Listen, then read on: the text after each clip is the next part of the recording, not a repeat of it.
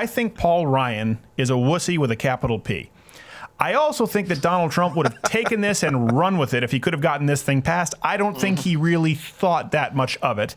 And I think right now they want Paul Ryan to hold the bag. I, as a conservative, as someone who voted for Republicans, when they said repeal, I thought they meant repeal. Apparently, there was a miscommunication. Common mistake, yeah. So, I can't stand Paul Ryan, but I can't stand Donald Trump for being complicit Paul Ryan for when it's convenient and then it's not convenient. So I'm just going to tell you, I'm not on the Trump train. I'm not on the Paul Ryan train. I think that the swamp it has a lot of Famunda cheese right now. It sucks. It sucks. It sucks. Am I the only one who has that read on it? So we were talking about this, and who else to answer on this on cable news but Bernie Sanders, who, in a rare moment of sincerity, admitted that Obamacare has been a disaster, but his proposal is, well, take a guess. Of course, Obamacare has serious problems. Deductibles are too high. Premiums are too high. The cost of health care is going up at a much faster rate than it should.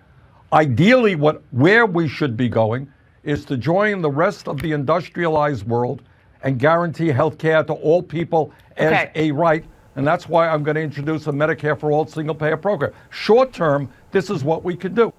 Apologies to whoever guessed competition and more privatized programming. Free markets? No.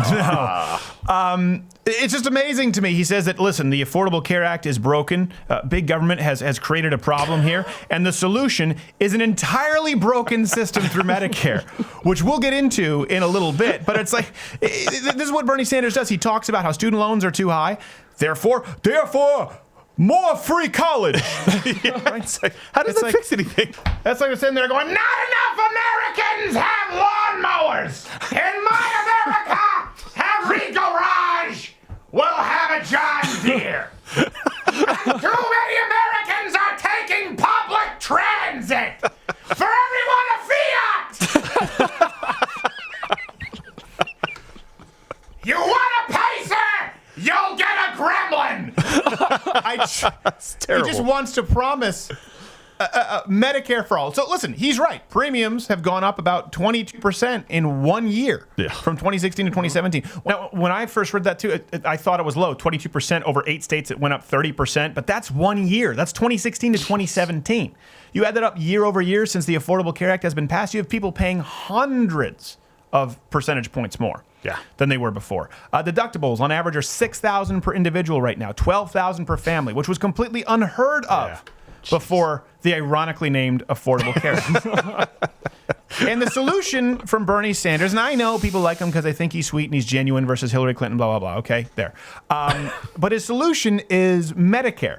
Medicare for all, which is an entirely broken system. I'll continue to get into that. But a liberal think tank estimated that Bernie Sanders' proposed plan would add $32 trillion in federal spending over the next 10 years. This isn't the Heritage Foundation. This isn't coming from Fox News. This is coming from a leftist think tank. This is the best case scenario. Medicare at this point, by the way, is basically already insolvent.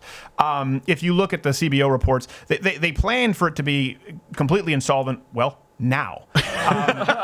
And so people are trumpeting, Obamacare saved Medicare is what they say. Well, really, there's a clever accounting trick because Medicare is still on the brink of insolvency, as seen in the real world practice of Medicare since the Affordable Care Act is that fewer doctors than ever in the history of the United States are willing to take Medicare. 1 in 5 doctors flat out will refuse any new patients who use Medicare at all. And this idea of Medicare for all is based on we need to get with the industrialized world with single payer healthcare, right? Well, I come from a single payer healthcare system. Take a guess why we left. Now I get that's anecdotal. So let's get to the statistics. First off, keep in mind that none of these other countries have to fund national defense effectively for the entire industrialized free world. That's us. And their taxes are the kind of taxes that you would complain about if you ever had to pay 52% income tax, like people have to pay the marginal tax rates in Quebec, you'd have riots in the streets. So let's keep that in mind. But let's just get to some quantifiable statistics. Wait times. Well, my home province of Quebec, if you look at the wait times for people who claim or people who have waited over 5 hours in an emergency room, keep that up there. That's 35% of people who go to an emergency room in Quebec. That's better than the national average in Canada at 19%. Now, you look at those numbers, United States is effectively the best on that list. And let me tell you why. That's because the United States has a 5% amount of people who've waited for 5 hours or more. Now, Germany has that, as does the UK, the Netherlands. But if you add up all of the other countries that have 5% of that kind of a wait time, cumulatively, the average of those countries is 1/10 the population of the United States. And the Netherlands, by the way, a third of their entire citizenry are privately insured anyway. Jeez. So keep that in mind. It's not even close, let alone Canada having a tenth of the population. 1/10 the population, and their basically wait times are better in the United States than anywhere else. Quality of care. Well, listen, they use the best technology. They have the best technology. Most medical research is coming out of the United States. Not only most medical research coming out of the United States, but they're the ones who are actually able to use it and actually make it more affordable to the most amount of people in their countries. Just for an example, where I come from in Canada, in the United States, we have 9 times per capita. 9 times. I don't remember him being absent 9 times. 9 times the MRI machines. Grace! 9 times the MRI machines per person of Canada.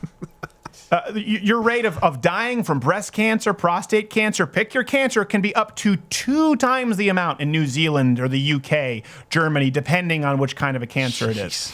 Basically, your best chance of surviving a terminal illness is being in the United States. And that's across the board. That's across the entire economic spectrum. And Bernie Sanders likes to act as though there's classism here in the United States and there's equality. There's equality amongst the crappy care in these other countries, right? First off, you're taking Norwegian countries, you're taking countries with a tenth of the population, an entirely homogenous population, and the care sucks. But the argument is at least everyone gets sucky care. But that's not even the case. As you see with Canada, as they start to open it to privatized system, what ends up happening when you have privatized healthcare along with a socialized healthcare? Only the super wealthy get to go to, in Canada, what they now call super hospitals, or as we know them in the United States, hospitals, where they can get the decent care and everyone else gets put in a line 12 months for an MRI. So let's go with that, Bernie Sanders. It's the compassionate thing to do. Hey, if you like this video, subscribe by clicking the subscribe button. It's in a circle now. It used to be a square, which most buttons aren't squares. Unless it's on a phone. There's square buttons on phones, but most buttons are circles. You understand what I'm talking about. Or watch the recommended video, which is popping up in a box, or subscribe at louderwithcrowder.com/mugclub. Join the Mug Club so you can get the daily show. And that means that you are not beholden to the YouTube censoring overlords. But let's be honest, you like being there where you are, under their thumb. Power bottom you.